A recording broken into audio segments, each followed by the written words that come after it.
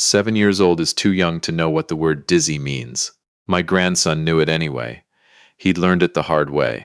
I found out on a Wednesday in October, the kind of gray, damp afternoon that makes southwestern Ontario feel like the whole sky is pressing down on you. I'd driven up from Hamilton to Brantford to drop off a birthday cake. My daughter-in-law had asked me not to come to the actual party the weekend before, said it was just close friends, which stung more than I let on to my son. But I'd baked the cake anyway. Lemon with cream cheese frosting. It was what my grandson always asked for. He called it the yellow cake, Grandpa. I rang the bell and waited. My son Nathan wasn't home. He works long hours at the plant, shift supervisor, good steady job, the kind of work that keeps the lights on but keeps a man away from his family more than he'd like. His wife, Colette, answered the door. She had that look she sometimes gets, pleasant on the surface but tight around the eyes, like a woman doing math in her head while she's smiling at you. Harold, she said, not Dad. Never Dad, just Harold. I brought the cake, I said. She let me in. The house was quiet for a Saturday afternoon. I remember thinking that. 7-year-old boys are not quiet creatures. My grandson Theo, no, that name's taken. My grandson's name is Eli. Eli was on the couch with a blanket pulled up to his chin even though the house was warm.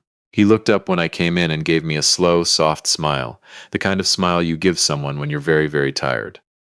Hey, buddy, I said. I sat on the edge of the couch and put my hand on his forehead. No fever, but there was something off about his eyes. They were present but distant, like he was watching the room through a window. Colette had already disappeared into the kitchen. I could hear her on the phone, her voice low. Grandpa, Eli said. He reached up and took my wrist the way small children do when they want to make sure you're listening. My head feels fuzzy again. Again? I said. He nodded. It happens after I drink my juice. I kept my face very still. 63 years on this earth teaches you that. You learn not to react until you understand what you're reacting to. Which juice? I asked. The purple one. Mom says it's grape. But it tastes weird sometimes. He scrunched up his nose. Kinda like when I had that cold medicine. I sat with him for another 20 minutes.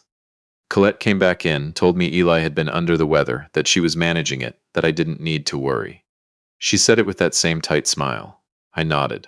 I told her the cake was in the bag by the door. I hugged Eli carefully, like he was made of something fragile, and I drove home. I didn't sleep that night. I know what cold medicine tastes like. I know what it does. My late wife, Margaret, God rest her, used to take Benadryl for her seasonal allergies every spring. Diphenhydramine. Over the counter, cheap, effective, and in large enough doses in a small enough body. Sedating. Profoundly sedating. I lay in my bed in Hamilton and I thought about my grandson's slow smile and his foggy eyes and the way he said, again like this, was a regular occurrence. A known thing. Something he'd filed away in his 7-year-old mind as just part of his life now. That word. Again. I called my son the next morning. Nathan is a good man and a devoted father, but he has his blind spot when it comes to Colette. He always has. He met her when Eli was 8 months old. She was a single mother, which I respected. She'd been through something hard. But somewhere along the way, Nathan's devotion to her started meaning he looked away from things he shouldn't have been looking away from. Dad, Eli's fine, Nathan said. Colette says he's just fighting something off. Nathan, Dad, I know you don't always see eye to eye with her, but she's his mother. I let it go. That's not what I wanted to do, but I let it go. Because I've learned something over 6 decades. If you want to protect someone, you first need to know exactly what you're protecting them from. I called Eli's pediatrician's office that afternoon, Dr. Priya Mehta, at a clinic on King Street in Brantford. I'd taken Eli to a few appointments myself when Nathan was at work and Colette needed help. Dr. Mehta knew me. Her receptionist put me through after a few minutes. I told her what Eli had said. The fuzzy head, the purple juice, the taste like cold medicine. The line was quiet for a moment. Mr. Caldwell, she said, can you bring him in? Today if possible. He's not with me. He's with his mother. Another pause. Then I'd recommend you find a way. Sooner rather than later. I didn't ask her to elaborate. I didn't need to. I drove back to Brantford that afternoon. I told Colette that Nathan had asked me to take Eli out for the afternoon. A drive, some fresh air, maybe Tim Hortons. I said Nathan had called me that morning and thought it might help. It was a lie. I am not proud of it. But I told it without flinching. Colette hesitated. Something moved behind her eyes. I saw it. But then she nodded and helped Eli into his coat. He was still slow, still moving like he was underwater. Dr. Mehta saw us within 30 minutes of arriving. She was calm, professional, methodical. She asked Eli gentle questions in the way that good pediatricians do, as though it's just a friendly conversation and not a clinical assessment. She checked his reflexes, his pupils, his coordination. Then she stepped out of the room and asked me to follow her into the hallway. "I want to run a urine toxicology screen," she said, keeping her voice low. "Given what you've described, combined with what I'm seeing, I want to rule something out." "What are you seeing?" She looked at me directly. "Mild sedation consistent with antihistamine ingestion. Slower response time than I'd expect for a healthy 7-year-old. And this isn't the first time I've noted it." She paused. "He was here 6 weeks ago with Colette. I documented some of the same signs but attributed it to a potential viral illness." "I didn't." She stopped. "I want the tox screen." We waited 45 minutes for the preliminary results. When Dr. Mehta came back in, she sat down across from me, and she didn't speak right away. She looked at Eli, who had fallen asleep on the examination table with his cheek pressed against the paper covering, and then she looked back at me. "Diphenhydramine," she said, "present at a level above what you'd expect from incidental exposure." The room didn't spin. It went very, very still. "How long?" I asked. "That I can't tell you from one sample. But Harold," it was the first time she'd used my first name, "I'm required to contact the Children's Aid Society. I want you to understand that. This isn't optional." "I know," I said. "Do it." She made the call while I sat with Eli. He slept through all of it, his small chest rising and falling, his mouth slightly open. I watched him breathe, and I thought about how many mornings he'd woken up feeling foggy and thought that was just how he felt. How many afternoons he'd spent on that couch. How many times he'd reached for that purple juice without knowing. The CS worker, a woman named Deborah, arrived within the hour. She was thorough and quiet, and she asked me to step outside while she spoke with Dr. Mehta. Then she came and spoke with me. I answered every question she asked. I told her about the call with Nathan, about what Eli had said on the couch, about the timeline as I understood it. She told me Eli should not go home that night. I called Nathan from the parking lot. It was the hardest call I've ever made to my son, harder than the call when his mother died, because this time I was telling him something he hadn't let himself see. "Nathan," I said, "I need you to come to Dr. Mehta's clinic right now. Don't call Colette first. Just come." He arrived 20 minutes later, still in his work clothes. I told him everything in the parking lot while the November wind came off the fields. I watched his face go through stages. Disbelief, resistance.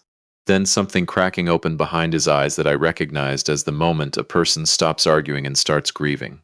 We went back inside together. Dr. Mehta explained the results to Nathan directly. She was gentle, but she did not soften it. The tox screen, the levels, the note from 6 weeks ago. Nathan sat in the chair next to Eli's table and put his hand over his son's hand while the boy slept. He didn't say anything for a long time. Then he said, "How long has this been going on?" Dr. Mehta said she couldn't say for certain, but she said the patterns she was seeing suggested this wasn't new. I didn't say anything. I didn't need to. What happened over the next 3 weeks was methodical. I made sure of that. I'd spent 30 years as a claims adjuster for a commercial insurance firm. 30 years of building files, documenting evidence, establishing timelines. You learn to think in paper trails. With the chaos investigation now open, Colette was prohibited from being alone with Eli. Nathan arranged for Eli to stay with me in Hamilton while the process unfolded. Eli slept in my spare room with the glow-in-the-dark stars that Margaret had put up for him 3 years ago when he started spending weekends here. The first morning he was with me, he came down to breakfast and ate an entire bowl of oatmeal and then asked if he could go outside. Just like that, bright-eyed, sharp. He beat me twice at Go Fish and then told me a 9-minute story about a hockey player he'd invented, named the Blizzard, who could skate through walls. That's what a 7-year-old boy should sound like. I didn't say anything to him about any of it. That wasn't my job. My job was to keep him safe and let him feel normal. The CAS worker Deborah had a separate process for speaking with Eli.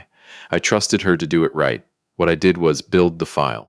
I contacted a private investigator out of Hamilton, a retired OPP officer named Bruce, and I asked him to help me document Colette's purchase history at the pharmacies in Brantford. With the CAS investigation open and my son's authorization, Bruce was able to work with their lawyer to subpoena pharmacy records. What they found took my breath away.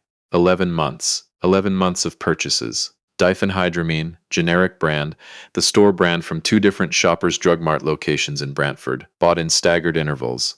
Never the same store twice in a row.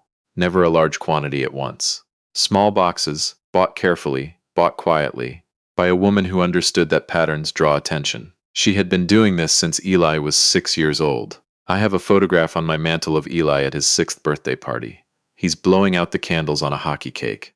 His eyes are bright and his cheeks are full of air, and he looks like exactly what he is. A healthy, happy little boy. I look at that photo now and I wonder how many weeks after it was taken that the purple juice started. Nathan's lawyer, a woman out of Hamilton named Ms. Adeyemi, was methodical and thorough. She filed for an emergency custody variation within days of the pharmacy records being confirmed. She brought the tox screen, Dr. Mehta's documented observations, the 6-week earlier note, and the 11 months of pharmacy purchases to family court in Brantford. The judge reviewed the evidence in chambers. The hearing was brief. Colette's lawyer argued that the diphenhydramine could have been administered innocently, perhaps for allergies, perhaps for sleep. The judge looked at 11 months of records from 2 separate pharmacy locations, purchased in a pattern designed to avoid detection. He didn't need long.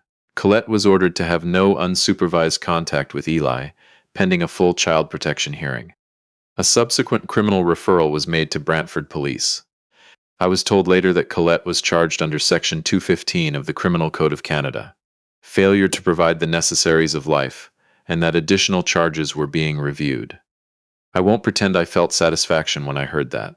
I felt tired. I felt sad for my son, who had loved this woman and built a life with her, and was now standing in the rubble of it. I felt sad for Eli, who would one day be old enough to understand what happened and would have to find a way to carry that.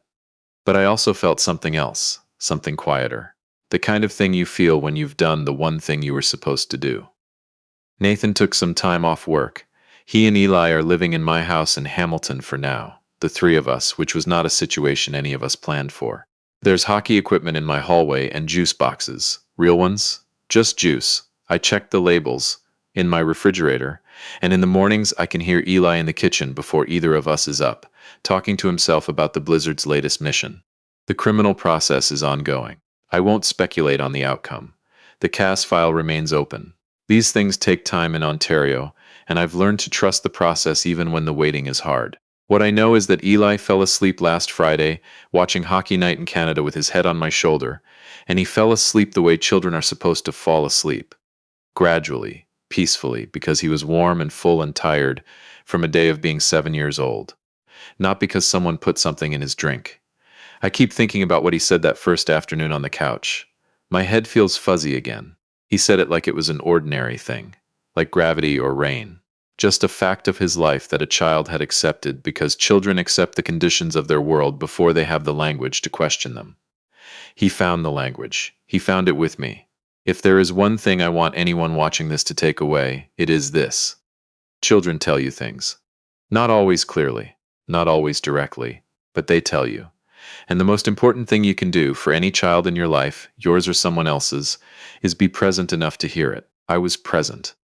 I happened to be present on a gray Wednesday in October, with a lemon cake in a bag and 63 years of life telling me that something was wrong. Pay attention to the small things, the slow smiles, the fuzzy heads, the juice that tastes a little bit like cold medicine. They are telling you something.